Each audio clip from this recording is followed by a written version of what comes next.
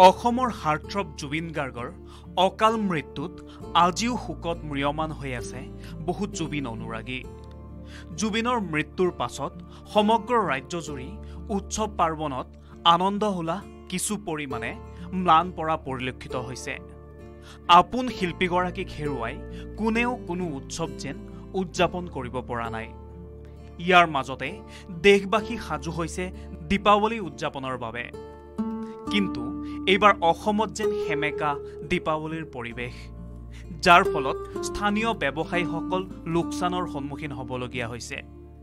আগন্তুক দীপাৱলী উদযাপনক লৈও একাংশ সংগঠনে বাধা নিষেধ আৰোপ কৰাত গভীৰ অনিশ্চয়তাত সোমাই পৰিছিল বৰপেটাৰ ঐতিহ্যমণ্ডিত আতচবাজীৰ উদ্যোগীসকল। আমাৰ এই আতচবাজীখিনি আমিতো ধৰক 6 মাহ 7 মাহ আগৰ পৰা প্ৰস্তুতি চলাওঁ, 6-7 মাহ আগৰ পৰা। এতিয়াতো আমাৰ অলৰেডি মানে যিখিনি আতচবাজীখিনি প্ৰস্তুত হৈ গৈছে, কিন্তু যিহেতুকে বহুত দল সংগঠন আপোনাৰ ছ'চিয়েল মিডিয়াত বহুতে পষ্ট কৰিছে যে জুবিন দাৰ মানে ন্যায় নহ'লে ফটকা ফুটাব নালাগে, ধৰক বিভিন্ন ধৰণৰ মানে প্ৰস্তাৱ আগবঢ়াইছে। তথাপিতো যিহেতুকে আমাৰ মুখ্যমন্ত্ৰী ডাঙৰীয়া ছাৰে এটা মানে আহ্বান কৰিছে যে তেওঁ অসমৰ ৰাইজক মানে আমাৰ বৰপেটা আতচবাজীটো ফুটোৱাৰ কথা কৈছে। মই ভাবোঁ যদি এইখিনি কথা আমাৰ অসমবাসী ৰাইজে আমাক অলপ সঁহাৰি দিয়ে।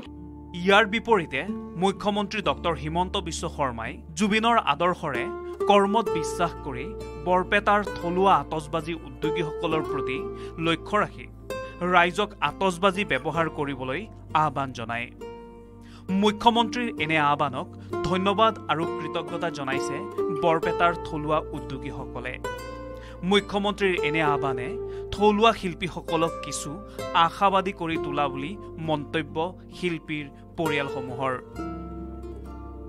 আতচবাজী শিল্পীসকলে জনাইছে যে তেওঁলোকে দীপাৱলীৰ বাবে বহু আশাৰে ৰৈ থাকে, কিয়নো তেওঁলোকে আতচবাজী প্ৰস্তুত কৰাৰ বাবে বহু টকা বেংক আদিৰ পৰা ঋণ লয় আৰু তেওঁলোকৰ ব্যৱসায় দীপাৱলীৰ ওপৰতেই নিৰ্ভৰ কৰে। আনকি এই আতচবাজী শিল্পৰ ওপৰত মৃৎশিল্পীসকলো নিৰ্ভৰশীল।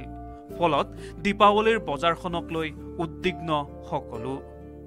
ঋণৰ বজা আছে আপোনাৰ আৰু নিবনুৱা বহুত জড়িত হৈ আছে। তেওঁলোকক আমি ধৰক দৰমহা দিব লাগিব, যোগে তেওঁলোকে কাম কৰিছিল। মৃৎশিল্প আমাৰ লগত জড়িত হৈছে, যথেষ্টখিনি অসুবিধা হৈছে। তাৰে মাজেদি মই অসমবাসী ৰাইজক আহ্বান জনাওঁ যে বেছিও নালাগে ফুটাব, 2 পথলৈও কিনি আমাক অলপ যে সহায় কৰে। বৰপেটাৰ আতচবাজী উদ্যোগীসকলে কয় যে তেওঁলোক জুবিন গাৰ্গৰ কেৱল অনুৰাগীয়েই নহয়, অকালতে হেৰুৱাই যোৱা প্ৰিয় শিল্পীগৰাকীৰ অতি ঘনিষ্ঠও আছিল।